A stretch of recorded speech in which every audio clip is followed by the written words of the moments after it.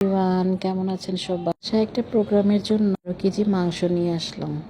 দেন ধুয়ে পরিষ্কার করে মাখাতে বসলাম। পেঁয়াজ দিলাম, মরিচ,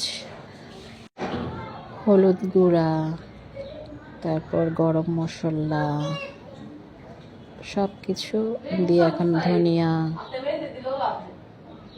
তারপরে মাংসের মশলা দিয়ে সব কিছু দিয়ে মেখে নিব। এখন লবণ দিলাম, টক দই দিব, গরম মশলা দিচ্ছি, এলাচ, দারচিনি, লবঙ্গ সব কিছু একসাথে। দারচিনি দিচ্ছি এখন, তারপর টক দই দিব, টমেটো সস দিব। বাসায় একটা প্রোগ্রামের জন্য 12 কেজি মাংস এনে রান্না করা হয়েছে। এখন মাংসটা মাখিয়ে বসিয়ে দিব চুলায়। এখন অলমোস্ট টক দই দিব একটু, তারপরে একটু টমেটো সস দিব। মাখানো প্রায় শেষের দিকে। এখন সব কিছু কমপ্লিট করে ম্যারিনেট করে রেখে দেব প্রায় 2 ঘন্টা। যে মাংসটা ঢেলে দিলাম।